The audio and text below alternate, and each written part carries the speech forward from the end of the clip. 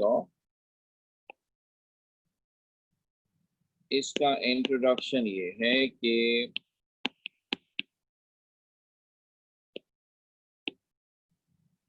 in 1770 Charles gave the relation between volume of given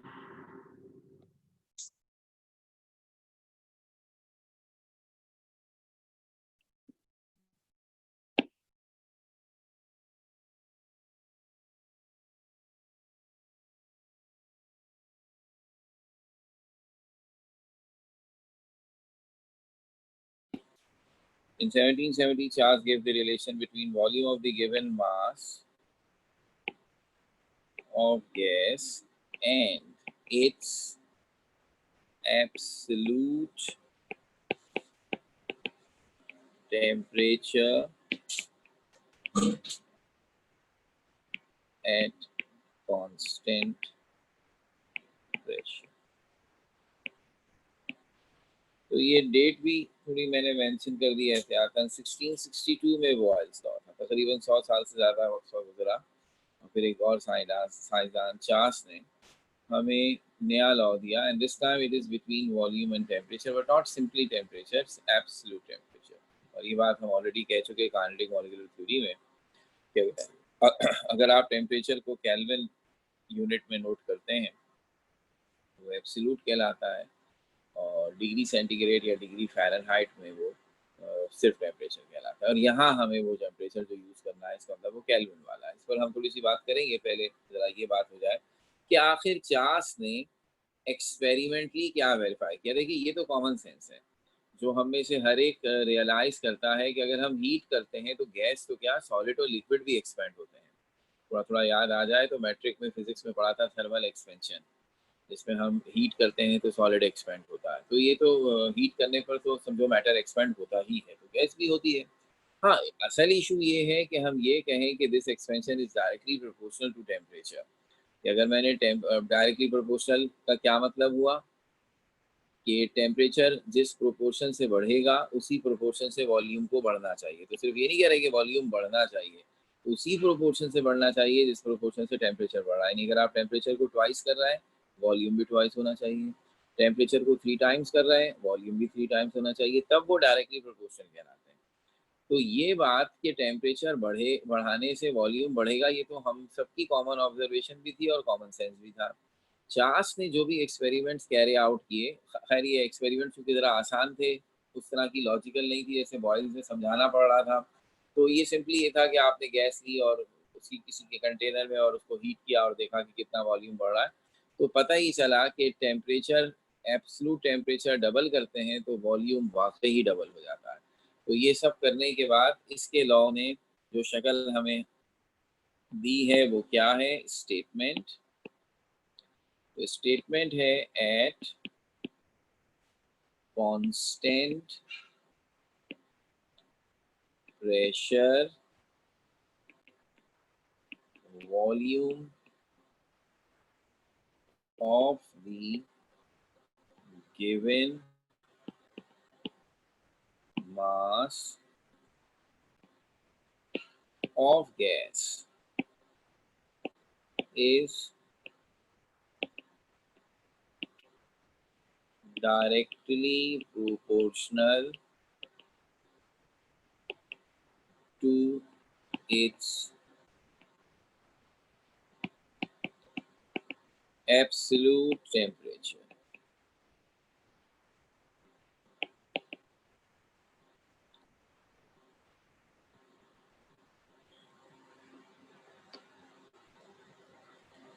तो boys में मामला inversely proportional का था और ये डायरेक्टली प्रोपोर्शनल का है।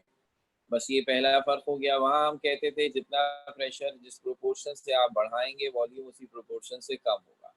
यहाँ हम कह रहे हैं जितना टेम्परेचर आप बढ़ाएंगे उसी प्रोपोर्शन से वॉल्यूम बढ़ेगा।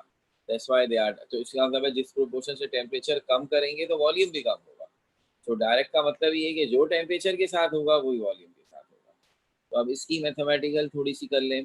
फिर ये बात आपको याद दिला रहा हूँ कि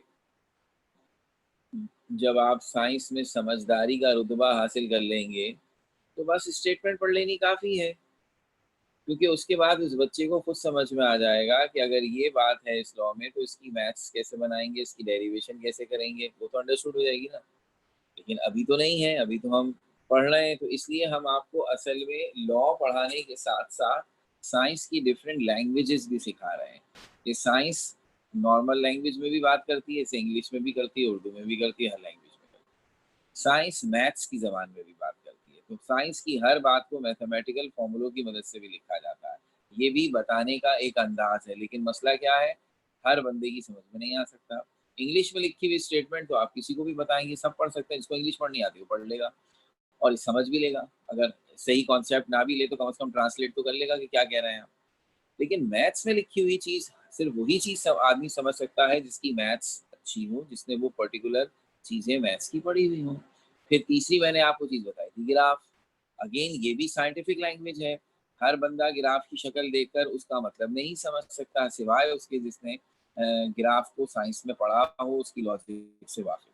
तो हम ये चाहते हैं कि हमारे बच्चे ये स्किल्स हासिल करें कि हर लॉ को सिंपल स्टेटमेंट डिस्क्रिप्टिव फॉर्म में, मैथमेटिकली और ग्राफिकली लिखने के आदी हों। तो शुरू में उँगली पकड़ा के लिखवाएँगे, जैसे अभी कर रहे हैं। 2 मेजर रिलेशंस होते हैं फिज़िकल क्वांटिटीज़ में, डायरेक्टली और इनवर्सली।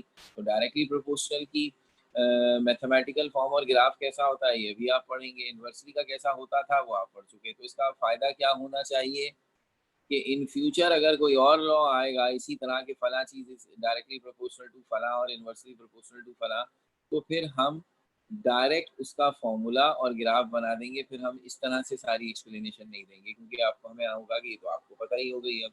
ये है हमारा पॉइंट, कि एक दफ़ा पढ़ाएँ लेकिन फिर बार-बार जब ये चीज़ें आएँ तो बताने की ज़रूरत ही नहीं, अंडरस्टूड हो जाएगा।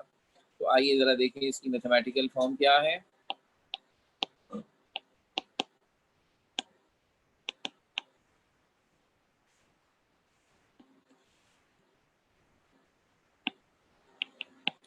बिल्कुल उसी तरह जैसे हमने बॉयल्स लॉ में किया था। सबसे पहले कहेंगे कि लेट V is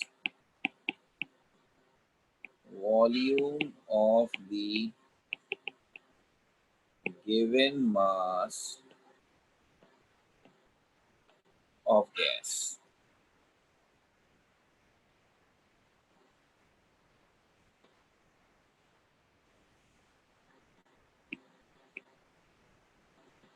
और एब्सोल्यूट टेम्परेचर।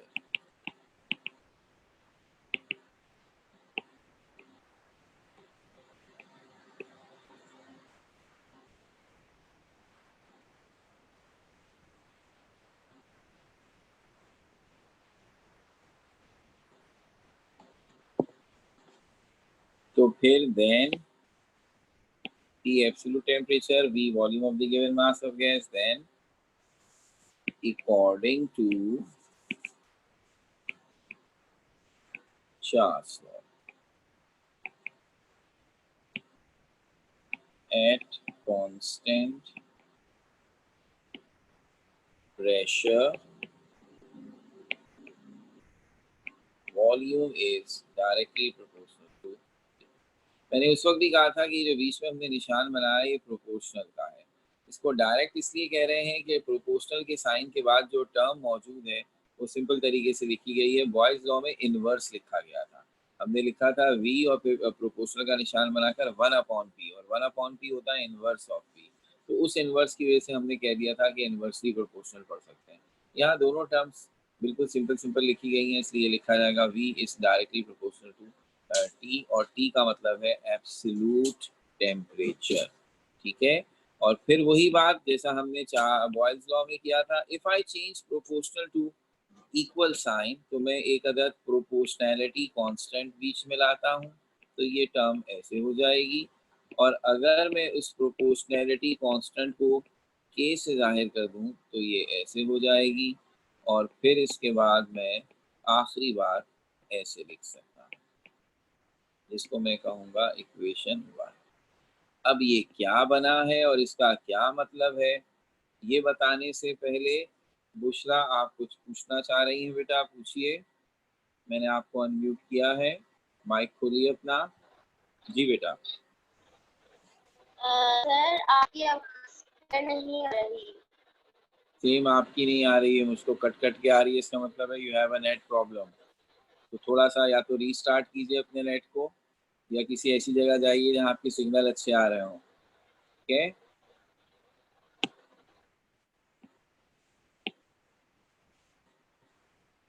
अब आपके सामने जो चीज मौजूद है, फिर बता रहा हूँ, ताकि अगर किसी भी वजह से आप आवाज को सही रिसीव नहीं भी कर रहे, तो एक एक चीज आपको लिखी हुई नजर आ रही है। हमने छोटी सी बात 4 लाइनों में लिखी है, बिल्कुल उसी तरह जैसे बॉयल्स में लिखी थी। V is directly proportional to T. V stands for volume of the given mass of gas. T stands for absolute temperature. तो अब ये दोनों डायरेक्टली प्रोपोर्शनल, और जैसा हमने वहाँ उसूल वजह किया था कि एक अदर प्रोपोर्शनैलिटी कांस्टेंट आता है, तो हम प्रोपोर्शनल को इक्वल बना देते हैं। उसका सिंबल हमने के बना दिया। तो ये अजीब बात क्या नजर आई, बॉयल में नजर आया था, बॉयल्स लॉ में, कि जब दो चीजें आपस में इनवर्सली प्रोपोर्शनल हो और आप उन्हें आपस में मल्टीप्लाई कर दें, उनका प्रोडक्ट लें, तो वो हमेशा कांस्टेंट आता है। वहाँ था PV, product of pressure and volume. यहाँ क्या आ रहा है, वी अपॉन टी। अगर दो चीजें आपस में डायरेक्टली प्रोपोर्शनल हो, तो जब आप उन्हें डिवाइड करते हैं तो कांस्टेंट आता है। तो ये अब फर्क आ गया। मैंने इनवर्सली प्रोपोर्शनल में भी आपको बताया था कि हम 3 तरीकों से इनवर्सली प्रोपोर्शनल को डिफाइन कर सकते हैं, ये कहकर कि अगर एक चीज इस प्रोपोर्शन से बढ़े, दूसरी चीज उसी प्रोपोर्शन से कम हो। ये कहकर कि जब दो चीजों का प्रोडक्ट, जिनको मल्टीप्लाई करें, उनका प्रोडक्ट कांस्टेंट हो जाए, तो इसका मतलब वो डायरेक्टली इनवर्सली प्रोपोर्शनल है। और अगर उनका ग्राफ हाइपरबोला कर्व आए, तो फिर वो इनवर्सली प्रोपोर्शनल है। डायरेक्टली प्रोपोर्शनल में क्या हुआ, अगर एक चीज इस प्रोपोर्शन से बढ़े, दूसरी चीज भी उसी प्रोपोर्शन से बढ़े, तो वो डायरेक्टली प्रोपोर्शनल है। और अब दूसरी बात क्या नजर आ रही है, उनका रेशो, उन्हें डिवाइड करेंगे तो हमेशा कांस्टेंट आएगा। अभी ग्राफ तक नहीं पहुंचे हैं। अच्छा, ये बात एक समझाने के लिए, जैसे बॉयल में किया था वैसे ही कर रहा हूँ, कि एक रफ सा डेटा बनाकर आपको समझाता हूँ कि मिसाल के तौर पर, अगर कभी हम जिंदगी में ये एक्सपेरिमेंट करने में कामयाब हुए, तो हमारा दावा ये है कि if you take a sample of volume of gas, volume of the given mass of gas ले लिया। सपोज आपने जो गैस का वॉल्यूम लिया है वो है 1000 ml, और आपने जो टेम्परेचर लिया है वो 100 केल्विन है।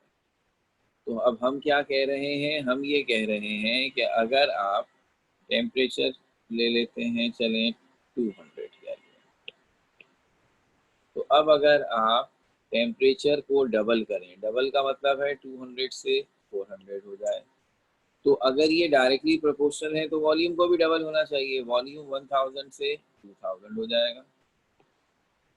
हम टेम्परेचर को फिर डबल करें 800 केल्विन, तो वॉल्यूम फिर डबल हो जाएगा 4000 ml। टेम्परेचर फिर डबल करें 1600 केल्विन, टेम्परेचर वॉल्यूम फिर डबल। ये कहना चाहते हैं हम, तो अगर दो चीजें इस अंदाज से एक दूसरे के साथ चेंज हो कि एक को डबल करने से दूसरी भी डबल हो रही हो, then they are called directly proportional. और फिर जैसा कि अभी अभी मैथ्स ने आपको बताया कि अगर दो चीजें आपस में डायरेक्टली प्रोपोर्शनल होंगी, तो आप क्या नोटिस करेंगे कि जब भी आप उन्हें डिवाइड करेंगे आपका आंसर सेम आएगा। यही बात लिखी ना, their ratio is always equals to constant which is proportionality constant। तो जरा चेक करके देखते हैं ना, यहाँ v अपॉन टी की वैल्यू, v कितना है 1000, t कितना है 200, डिवाइड करके देखिए आंसर आएगा 5। अच्छा, फिर हमने टेम्परेचर डबल कर दिया, वॉल्यूम भी डबल हो गया, लेकिन फिर जब हम वॉल्यूम 2000 को टेम्परेचर 400 से डिवाइड करें, आंसर फिर 5 आएगा। फिर आपने कहा 4000 लीजिए वॉल्यूम, हमने फिर डबल करवा दिया, टेम्परेचर 800 हो गया है, आंसर फिर भी 5 आएगा। आखिरी वैल्यू में भी आप 8000 को डिवाइड करें 1600 से, आंसर फिर 5 आएगा।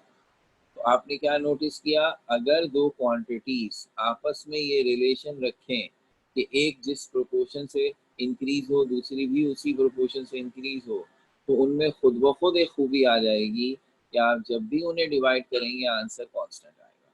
और यही बात हमारे सामने इस इक्वेशन 1 में भी शो की गई है कि the ratio of volume and the absolute temperature is always constant as they are directly proportional. तो अब मैं इस सारी बात को सुनने के बाद क्या कहूँगा कि मैं यहाँ पर लिख लेता हूँ फिर कि फ्रॉम इक्वेशन 1 वी कैन, बल्कि पहले जरा इक्वेशन 1 का तारुफ करा देता हूँ कि equation 1 is called single state form of Charles law।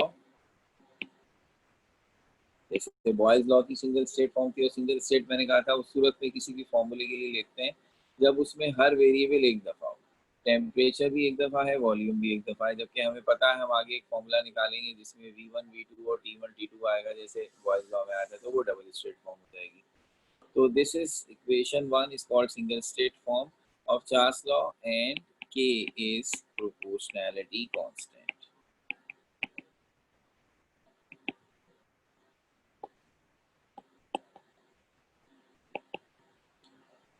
From equation 1 we can restate the Charles law। हम Charles law की एक और स्टेटमेंट दे सकते हैं, बिल्कुल इसी तरह से हमने बॉयज लॉ में भी किया था। और वो नई स्टेटमेंट क्या होगी, उसमें हम कहेंगे कि at constant pressure volume of the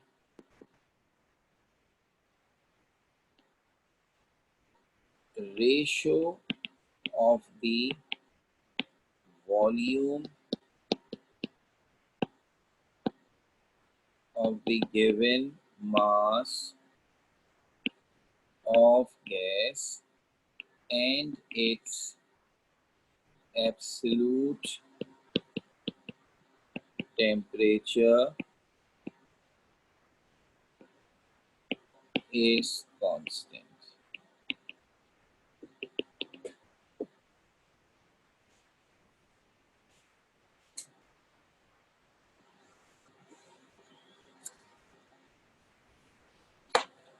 तो इसका मतलब ये हुआ कि चार्ल्स लॉ दो तरीकों से स्टेट किया जा सकता है, जस्ट लाइक बॉयज लॉ। हम यूं भी कह सकते हैं कि volume of the given mass of gas is directly proportional to absolute temperature at constant pressure. और ऐसे भी कह सकते हैं कि at constant pressure ratio of the volume of the given mass of gas and its absolute temperature is constant. ये दोनों तरीके हैं, लेकिन बात वही है कि जिस तरह हमने स्टेटमेंट में पहले लिखा है तो वो डायरेक्टली प्रोपोर्शनल वाला लिखा है, और ये इधर इसलिए लिखा है ताकि हम जस्टिफाई भी तो कर सके ना कि हमने फॉर्मूला बनाया और फिर कहा देखिए इस फॉर्मूले के हिसाब से जब भी आप वॉल्यूम और टेम्परेचर का रेशियो लेंगे वो भी कांस्टेंट आएगा। और इसी की वजह से अब हम double state form of Charles law लेंगे जिससे उसके न्यूमेरिकल सॉल्व होंगे, जैसे बॉयज लॉ में हुए थे। P1 V1 is equals to P2 V2 था, वहाँ प्रोडक्ट आपस में इक्वल थे, यहाँ रेशियोज इक्वल होंगे। और उसका नमूना आपके सामने ही है, मैंने एक नहीं 4 दफ़ा टेम्परेचर चेंज किया और वॉल्यूम चेंज हुआ और देखा कि हर दफ़ा उनका रेशो एक ही वैल्यू के बराबर आ रहा है। तो इसी बात को सामने रखते हुए अब हम यहाँ कह सकते हैं कि डबल स्टेट फॉर्म कैसे ड्राइव होगी कि लेट V1 है इनिशियल वॉल्यूम, T1 है इनिशियल टेम्परेचर,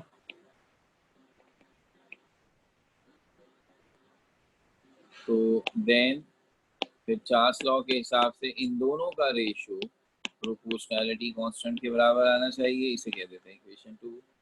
और फिर कहें सिमिलरली अगर मैं V2 कह दूं फाइनल वॉल्यूम को,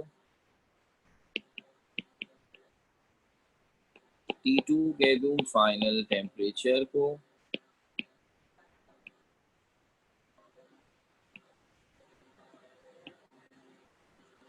then V2 upon T2 should be equals to again proportionality constant, equation. बिल्कुल वही काम जैसे आपने पहले चार्ल्स लॉ में, बॉयज लॉ में भी किया है कि भाई अब जब देख ही लिया आपने कि मैं इनिशियल वैल्यू का रेशियो लूँ तो भी के बराबर है, फाइनल वैल्यूज का रेशियो लूँ तो भी के बराबर है। इनफैक्ट इनिशियल फाइनल क्या, अगर आप इससे भी ज्यादा दफा वॉल्यूम और टेम्परेचर चेंज करें हर दफा रेशियो सेम आएगा। आखिर अभी थोड़ी देर पहले हमने एक दो नहीं 4 वैल्यूज चेंज की हैं और हर दफा हमें वही 5 मिला है। तो अब हम ये बात कह सकते हैं बाय कंबाइनिंग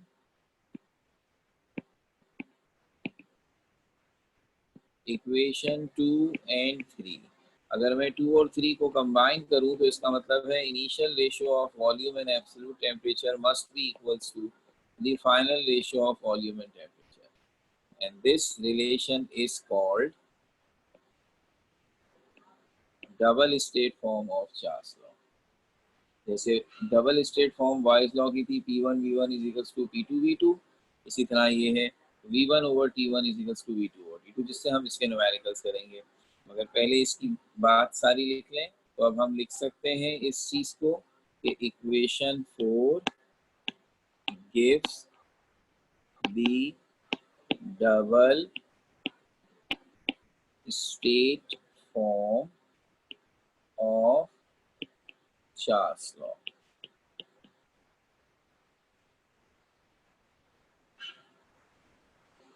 और इसी पर हम कह सकते हैं कि फॉर मल्टीपल स्टेट, दो से भी ज्यादा हो, डबल से भी ज्यादा हो, तो मल्टीपल स्टेट जैसे बॉयल्स लॉ में क्या था यहाँ भी करें कि V1 over T1 should be equals to V1 over T2।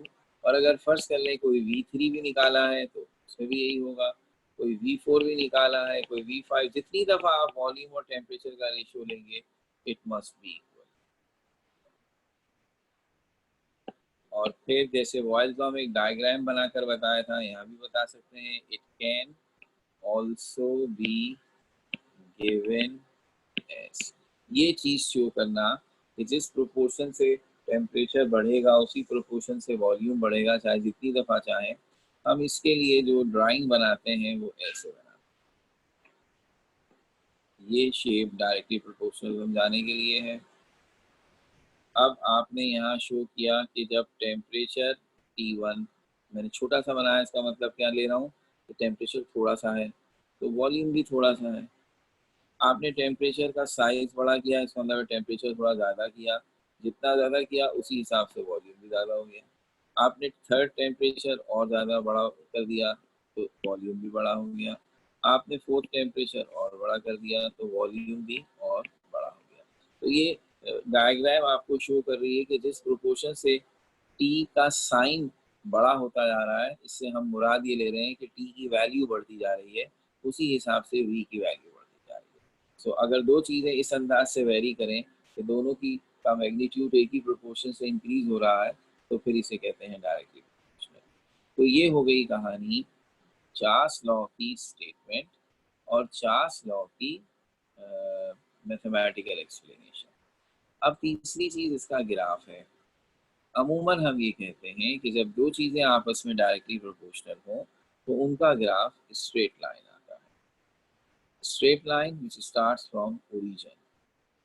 तो इस तरह अब आपकी सेट कंप्लीट हो गया कि डायरेक्टली प्रोपोर्शनल को जिन तीन तरीकों से आप डिफाइन कर सकते हैं वो तीन तरीके क्या हैं कि अगर दो चीज़ें आपस में ऐसे कनेक्टेड हैं कि एक चीज़ जिस प्रोपोर्शन से बढ़ेगी दूसरी चीज़ उसी प्रोपोर्शन से बढ़ेगी, या एक चीज़ जिस प्रोपोर्शन से कम होगी दूसरी चीज़ उसी प्रोपोर्शन से कम होगी, या अगर हम दो चीज़ों का रेशियो लें और वो कांस्टेंट आ जाए, तो ये सब डायरेक्टली प्रोपोर्शनल की निशानियाँ थी। और तीसरी निशानी ये है, if you draw the graph between two quantities and that graph is straight line starting from the origin then it must be directly proportional.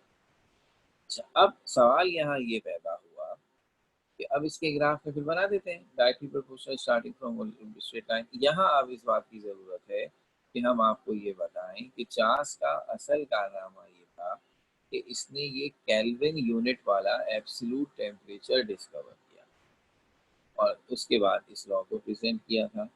तो इस एब्सोल्यूट टेम्परेचर की कहानी अब बतानी ज़रूरी है। टेम्परेचर के जो पुराने यूनिट्स हैं वो थे डिग्री सेंटीग्रेड और डिग्री फ़ारेनहाइट, जबकि इसने ये नया यूनिट बनाया जिसका नाम था केल्विन।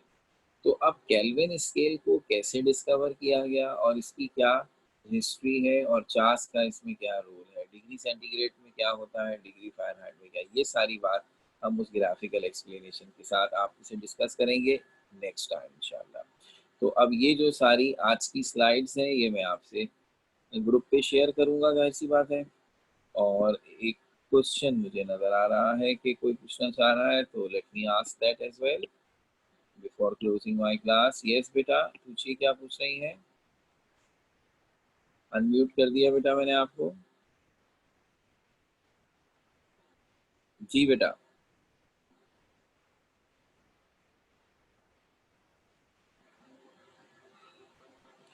बेटा आपने अपना माइक फिर बंद कर दिया। अस्सलाम वालेकुम सर। वालेकुम अस्सलाम। सर मेरे को ये पूछना था कि ये जो इस चैप्टर्स के नोट्स हैं आप ये ग्रुप में शेयर कर लेंगे बेटा पीडीएफ के ये फॉर्म में? बिल्कुल आपसे पीडीएफ में भी शेयर कर लेंगे, लेकिन ये अभी मैं सब कुछ इसीलिए लिखवा रहा हूँ और हर लेक्चर की स्क्रीन शेयर कर देता हूँ। ये आपको खुद अपने रजिस्टर में मेंटेन करना है।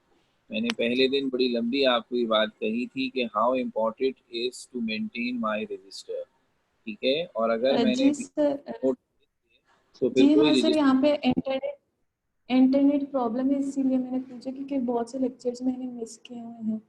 बेटा आपने लेक्चर मिस किए है ना, आप नोट्स मांग रही हैं ना, तो मैं आपको नोट्स के लिए ही तो कह रहा हूँ। मैंने आपके ग्रुप में स्लाइड्स शेयर की हुई हैं, व्हाई डोंट यू जी कॉपी सर। Down that. तो फिर उसमें नेट का प्रॉब्लम कहाँ से आ गया? एक तो आजकल हमारे लिए हर चीज़ का खाना क्यों नहीं खाया, नेट नहीं आ रहा था। ये क्या बात हुई? पर नेट से लेक्चर मिस हुआ है ना, स्लाइड्स तो मिस नहीं हो सकती। जी ठीक सर। है। आप कॉपी अपना रजिस्टर बनाएंगे हर हाल में, क्योंकि इंशाल्लाह अब जल्दी क्लास होने वाली है, तो ये मीठी मीठी बातें खत्म हो जाएंगी। फिर मैं सबसे पहले रजिस्टर चेक करूंगा अपना, क्योंकि जिस बच्चे ने ये रजिस्टर ठीक है। मेंटेन किया, ऐसे नहीं हर चीज लिखाया जा रहा। ये बहुत बहुत बहुत, ठीक है। इसके बगैर आप इम्तिहान में बिल्कुल भी अच्छे मार्क्स नहीं ला सकते। ये नोट्स का परंदा फिर हाथ में लेके सिर्फ उससे पंखा जला जा सकता है जब लाइट चली जाए, तो और कोई काम नहीं है उसका। तो आपको अपना रजिस्टर खुद बनाना है हर हाल में। और फिर जब हम ये नोट्स दे भी देंगे, चाहे पीडीएफ में दें या हार्ड कॉपी की सूरत में, तो भी यही जिद करेंगे हम आपसे कि आप इन्हें अपने रजिस्टर में ज़रूर ज़रूर ज़रूर लिखें, ठीक है। तो इसकी फिक्र नहीं करें, ये चीज़ें जी सब सर। मिल, अभी तो हमने कुछ भी नहीं पढ़ा है ना, और ये आदत डालें ये सबको लिखने की, ठीक है। थैंक यू वेरी वेरी जी हाँ मच। सर।